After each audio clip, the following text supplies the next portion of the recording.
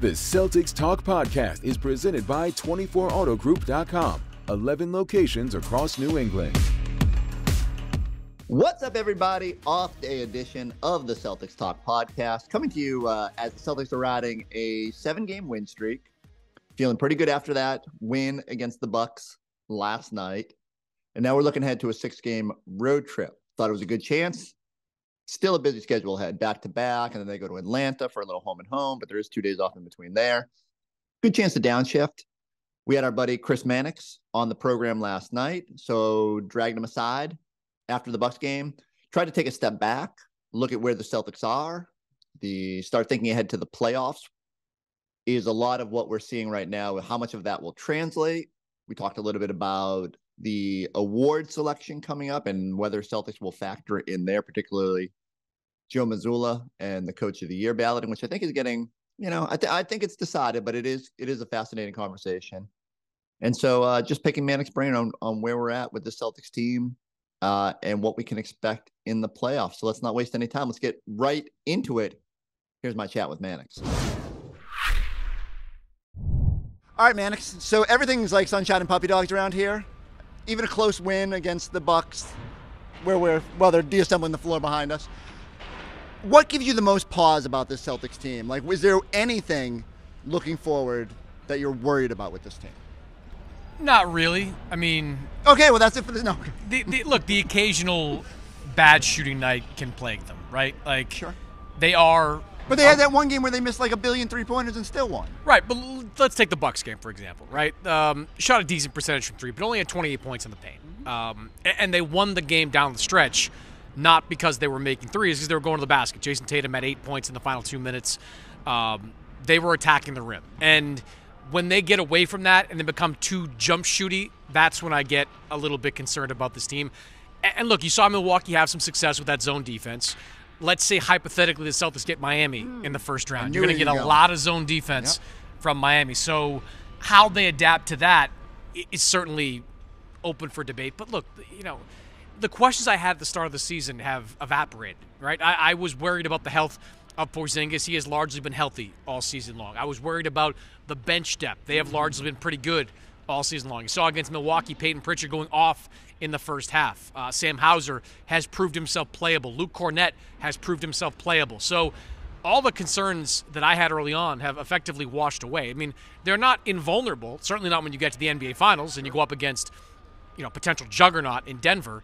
But as far as where they are right now, you have to really kind of squint to find something of fault. I have to give you credit. You were, I remember we did something in the preseason. You were very bullish on Payton Pritchard. Mm-hmm. I was a little worried. Even with the thinning of the depth chart, I was wondering if Joe would consistently lean on him.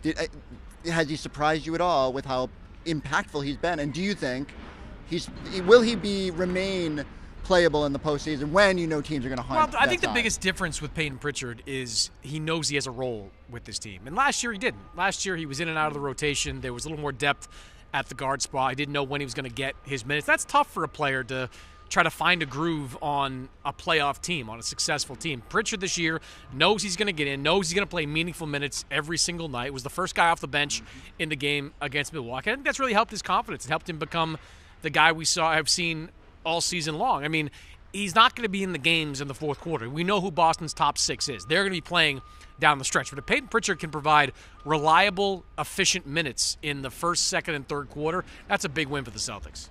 And I will say, this is probably the last 15 games, it feels like the bench has been really good. And I don't know if I expected that. I thought maybe they would tail a little bit, that Sam would come back to earth, that Luke would. We'd still have the same questions about the third center. But, man, there was people that wanted to sign Danilo Gallinari when he hit the buyout market. And, man, it's like, you look at what the team is at right now, you feel pretty good. You did mention matchups. You start looking ahead.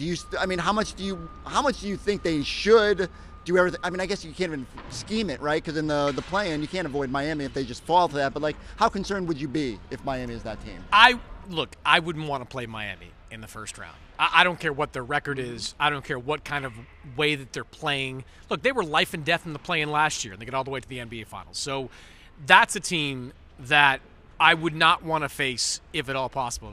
You would love it if you were Boston and the Atlanta Hawks get into that 8 seed and you wind up playing them first overall. But there's also a case to be made. I was talking about about this with somebody in the NBA tonight, about if you're going to get Miami, maybe get them early, right? Maybe get them before they start to develop some confidence. Maybe before they get some momentum. There's obviously going to be motivation inside the walls of the Celtics locker room playing the Heat. And I think the Celtics are a better team this year than they were last year. Porzingis has changed everything. The organic growth of Jaylen Brown and Jason Tatum has been significant. In Miami, look, they've had injuries, but I think they've taken a step back. Talent-wise, at least, with Gabe Vincent gone, Max Strus gone. Those are two key guys of their finals team last year. So, you don't want to play a team as tough as Miami in the first round of the playoffs, but I wouldn't be terrified if I were the Celtics of doing it. All right, let's zoom out on some more happier topics. How much credit does Joe Mazzulla deserve for where this team is right now? I think he deserves a lot of credit. Last year was such an impossible situation, and I'm not sure any coach would have thrived in that role. He took on an incredibly difficult opportunity under incredibly inopportune circumstances with an assistant coaching staff that probably all of them didn't like him entirely, or were at least envious of him. You're not the guy that hired him. Yeah, right? It wasn't. They weren't his guys, right? It was just that was who he was there with. This year, he's got Charles Lee, who, look, you can see if you watch games, Charles Lee is up and active, talking to Joe all the time. Joe leans on him. That's a head coach in waiting. Sam Cassell has brought a level of gravitas, to the players' side on that bench as well. And I think Sam's another head coach in waiting at some point down the line. And I think that's strengthened Joe as a coach. I mean, we don't talk as much about the Joe Mazzulla gaffes. I mean, it seemed like we did it last year all the time. We talked about the timeouts. Why wouldn't he call a timeout? It was like every 5 or 6 games we're talking about timeouts. Now it's like, once every 6 weeks we kind of, all right, a Cleveland game. We're like, all right, why didn't you call a timeout there, Joe? But every coach gets nitpicked at some point. I don't know where I would rank Joe amongst, head coach in the NBA today, but he's not like a bottom half coach by any stretch. He is a really smart guy who is really starting to settle into that role, not just with his team, but publicly, right? You were at these press conferences. Last year, he was so tense at these pressers, talking to the media and dealing with backlash. This year, he's never going to be, a comedian up there, but he tries to have some fun. He tries to have a little bit of fun now. He engages with our pal Gary Washburn when Gary goes after him for some of those faux pas we were talking about. But I think he's grown significantly as a coach to the point where I wouldn't be worried about a coaching matchup in any particular series. If it's Joe Mazzulla against Doc Rivers in a conference finals, I wouldn't be all that worried about it. If it's Joe Mazzulla against Eric Spoelstra, as great as Eric Spoelstra is, I wouldn't be worried that would be a difference maker in the series. I think Joe has done a really solid job in year 2. Is there any number of games up the Celtics can be that you would consider him for Coach of the Year over the guys in the West? No, I mean, they've already written Mark Dagnall's name. Tough, right? Yeah, that award. If he doesn't win unanimously, somebody's going to have a grudge against him because he took a play-in team from last year, and they might finish with the best record in the Western Conference. Certainly be a top 2 seed in the Western Conference. He's developed the guys on that roster. I mean, Mark Dagnall should get 100% of the votes, but I can see Joe Mazzulla finishing in the top 3, 5. Right? Yeah, I would say top 5. I mean, you look at. So we'll go Dagnall, Finch, and I think Joe's got a good chance at Finch for sure, because he's kind of cobbled that team back together. Yeah, you can consider, Joe for that 3rd spot. I mean, J.B. Bickerstaff probably gets some consideration because Cleveland's surging. Tom Thibodeau will get some consideration because the Knicks are surging. A lot of it's going to depend in a lot of awards on how teams finish the season, right? So if the Knicks wind up at the number 2 seed and they're knocking on the door right now, Tibbs will certainly get consideration for a top 3 spot. Where does Jaylen Brown land in the All-NBA conversation? I haven't thought too much about that vote yet. He's certainly going to make an All-NBA team. Top of my head, I'd probably put him on the 2nd team again.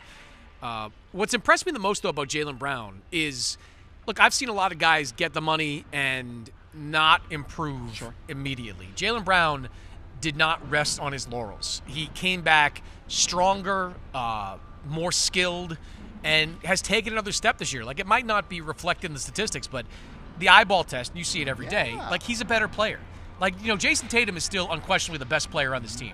But where once the gap was let's call it a foot. Yeah. Now it's like 8 inches, Exactly. maybe 7 inches, maybe 6 inches. Like Jaylen Brown, to For me, some stretches, Jalen's been the best player on the court. He's been post phenomenal. All-Star, you can make the case. He's been phenomenal. So, I think his continued improvement is a big reason why this team's a championship contender.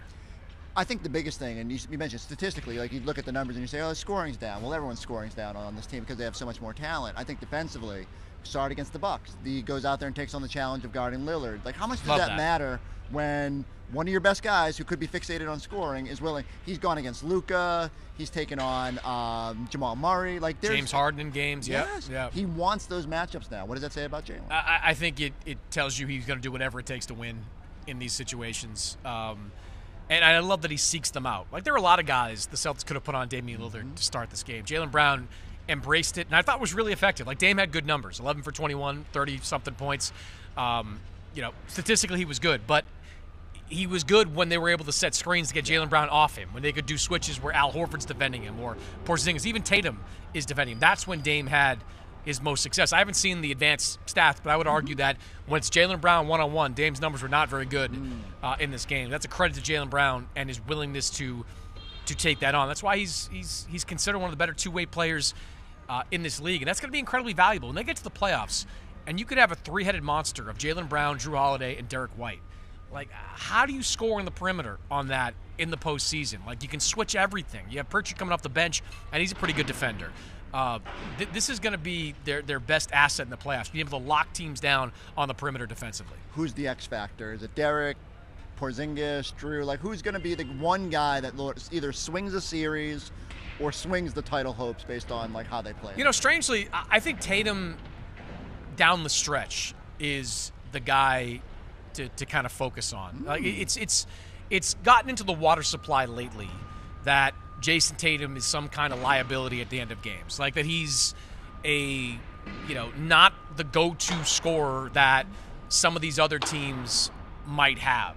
That you can give the ball to and they can go and make plays. I think that's ridiculous. I'm old enough to remember Game 6 of the Philadelphia series last year when, after a cold start, Jason Tatum was lights out in the fourth quarter of that game. I'm old enough to remember Game 7 of that series when Jason Tatum had 51 points. You go back 2 years before, Celtics facing elimination, Jason Tatum has 46. I mean, he had 80-something points in the 3 games they won against Miami, and probably would have had a much better game in Game 7 if he didn't get hurt in the first damn play. Sure. So, I know there are some statistics that suggest that Jason Tatum's clutch time numbers aren't very good. But this as a writer, like, you can always find statistics to back up your argument. You can. Like, I do it every week. You can always find numbers to back that up. I look at this game against Milwaukee. Final 2 minutes and 6 seconds, Jason Tatum had 8 points. Went to the free throw line, I think 4 times, got a bucket in the paint. You like those plays, though? I like the bucket he got. Left-hander layup, I think, or whatever. Yeah. And then he had like a short jumper, I think, too, as well. Like, he made plays down the stretch. I like that about him. I mean, he went to the free throw line 10 times in this game. I like that as well. I mean, this he's elite. He's a closer, and he's not going to make every shot. And I don't want him to take shots if guys are throwing double teams at him, or if they're throwing like a bigger defender at him. But he saw a matchup against Malik Beasley, and he attacked it at the end of games. That's what I want. That's a winner. That's the guy I think can close games for this team. I think the 2 things people need to keep in mind is, one, everybody's late game numbers in that situation are pretty bad, or at least below what you're expecting from them. And 2, his playoff numbers have been awesome. Yeah. Like, he's so much better because like you're just a little bit more focused in that moment, a little bit more dialed in. And I do think, when we get to that stage, like, he won't have a Cleveland moment. But I think the whole team as a whole has learned from that, playing quicker, seeking the right matchups. And I'm pulling up. I had a confidant, let's call him, of Jason Tatum texting me during the Milwaukee game. Clutch time field goal percentage of the playoffs last year, 44.4%. That's pretty good. Clutch time the year before that, the finals year, 50%. 2021 playoffs against Washington, the deciding game, 50 points, 8 rebounds, 4 assists. The game against Milwaukee, 46 points, 9 rebounds, 4 assists. His numbers are good. Like, they're good. He's not going to make every shot, and he's certainly maybe not as dynamic as some other players in this league, but how many other guys would you want to have the ball in their hands in these types of moments than Jason Tatum, who not only can score, but he can make the right play as well. He's not going to be selfish about it and look to take everything on himself. He'll find his teammates for open shots. That's what you want from Tatum. That's the kind of player I want to have the ball in their hands in the fourth quarter. Anything besides Tatum you need to see from this team over the final 13 games, or are we just get to the playoffs healthy? I mean, yeah, just put Porzingis in bubble wrap and get him to the playoffs. Look, I mean, we talked a bit about their depth. I'm of the opinion depth is really overrated in the postseason. Of course. I think you're only going to play 7 guys in most games. There'll be games that Luke Cornett does not play. Maybe lots some Xavier of Tillman. Lots of games, these guys. Pritchard will probably come off the bench as the 7th man. Hauser when you want to have a floor spacer as well. But the minutes that the core 6 are going to play in the postseason, 35 to 40 every single night. That's the way it goes. And you can get away with it because in the playoffs, you're not playing back-to-back. You're not playing 3 games in 4 nights. Sometimes you can have 2 off days between games. You're worried more about your top 6, and Boston has the best top 6 of any team in the NBA. One sneaky topic that's on the radar. We're going to do a deep dive next week on the Drew Holiday situation, but April 1st eligible for an extension. Could that linger? Like, what do you expect about how that situation could potentially play out? I think he's going to get an extension.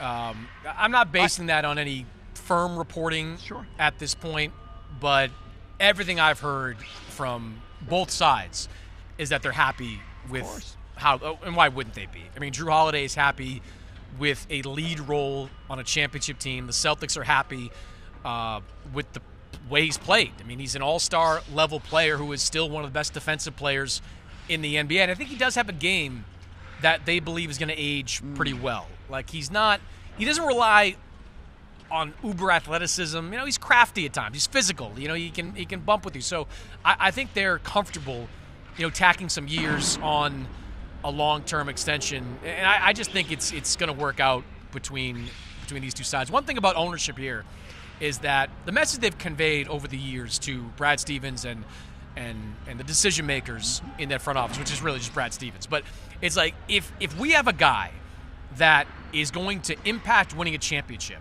we'll pay whatever we want for him. Like, don't ask us to pay for a guy that's going to sit on the end of the bench. Grant Williams may be an example of that. Like, don't ask us to pay for a guy that is not going to be a contributing player on a championship level team. Drew Holiday is a contributing player on a championship level team. They like him here. He fits here. I would be surprised if he didn't get a long-term extension. The number's like $37 million on the option. I don't think he's going to take a big discount to come back here. A lot of people say, give him more years and maybe get the number down. I don't think Drew Holiday, the level he's playing at, making like 60% of his corner 3-pointers, I don't know if there's a discount out there. But they don't, and they look, they don't, and few teams do this, but they don't do deals that they don't know what it's going to take to get that guy long-term. And Drew Holiday was a coveted guy when Portland got their hands on him. Everybody in the league won. I can't tell you how many assistant coaches I've talked to that were on teams in the running for Drew Holiday. Like, damn, we wish we had that guy. Does Milwaukee make the trade if they know Boston gets him? That's a good question. I think yes, but it's a little more painful in the moment. Like, they were celebrating. They had to know there was at least a chance, and I think you just sit there and cross your fingers. I think that, in their minds, they probably thought Drew would go to the Western Conference team. The Clippers were hot after him. I think they believe that Drew would wind up with the Western Conference team. The fact that he wound up with the team that they're probably going to have to go through to get to the NBA Finals, I'm sure John Horst and company in Milwaukee ate that. But, the Celtics know. Look, they knew when they traded for Porzingis what it was going to take to get his name on a long-term extension. I got to believe they know exactly what it's going to take to get Drew Holiday. And the main thing I come away with is you don't trade Robert Williams without some assurance that you're going to have long-term assets. Is he still in the NBA? That's hurtful. He is. All right, Mannix, thank you for your time, and we'll end it on that painful barb. Shout out Time Lord. All right, good stuff from Mannix there, except for the Rob Williams barb. That was unnecessary, but it does go back to it. I know Rob's missed some time this year, but you did pay a hefty price to bring in Drew Holiday. It's a fascinating discussion, and you'll want to stay tuned. During that break between the Atlanta games next week, so they play, I think, Monday and Thursday, so Tuesday, Wednesday, we're going to have a sort of a very special Drew Holiday-centric episode of the Celtics Talk podcast. We're going to dive into that approaching April 1 extension date and run through the possibilities about, what might be ahead. But you heard me and Mannix talk about it there. Coach of the Year odds. So I went to our friends at Fanatic Sportsbook to find out exactly where Joe Mazzulla is sitting in the odds and he's actually shimmied all the way up to number 2 right now. Oklahoma City's Mark Daigneault, minus 450, prohibitive favorite. Joe at plus 700, and Minnesota's Chris Finch at plus 1,000. It feels like a 3-horse race. And as we said, with Mannix, I do think Joe's going to factor into the top 3 vote. What's going to be interesting is so much of Coach of the Year comes down to how much did your team exceed expectations. So no matter, the Celtics might finish 12 games ahead of everybody in the Eastern Conference, but because they were expected to be so good, it's almost like Joe gets penalized, even though I do think he deserves a lot of credit for just how focused he's had this team, just how they don't have the lapses that plagued them in past years. I think in just about any other season that, maybe if the West had played out a little bit more to form, if Phoenix and Denver were the class of the West, and Oklahoma City and Minnesota were maybe a cup below, I think Joe's a slam dunk choice for Coach of the Year, despite the lofty expectations the Celtics entered the season with.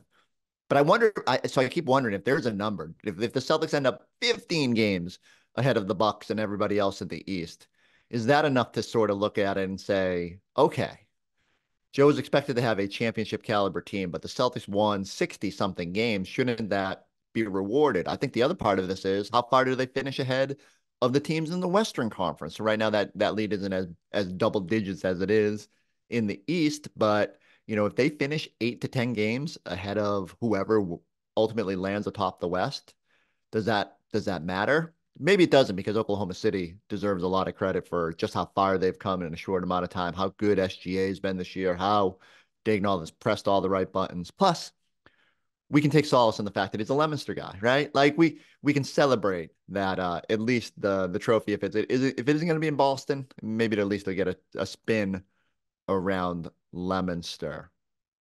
All right, we're right back at it on the post-game pod on Friday night. Celtics launch into the 6-game road trip, a trip to Detroit, Chicago on Saturday. Like I said, that home and home down in Atlanta next week. Games in New Orleans and Charlotte on a Monday night.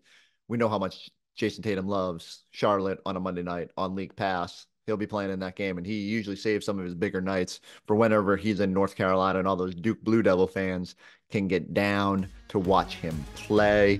So keep it locked. Go like, subscribe, check us out on the YouTube page. We'll catch you on the postgame pod tomorrow night.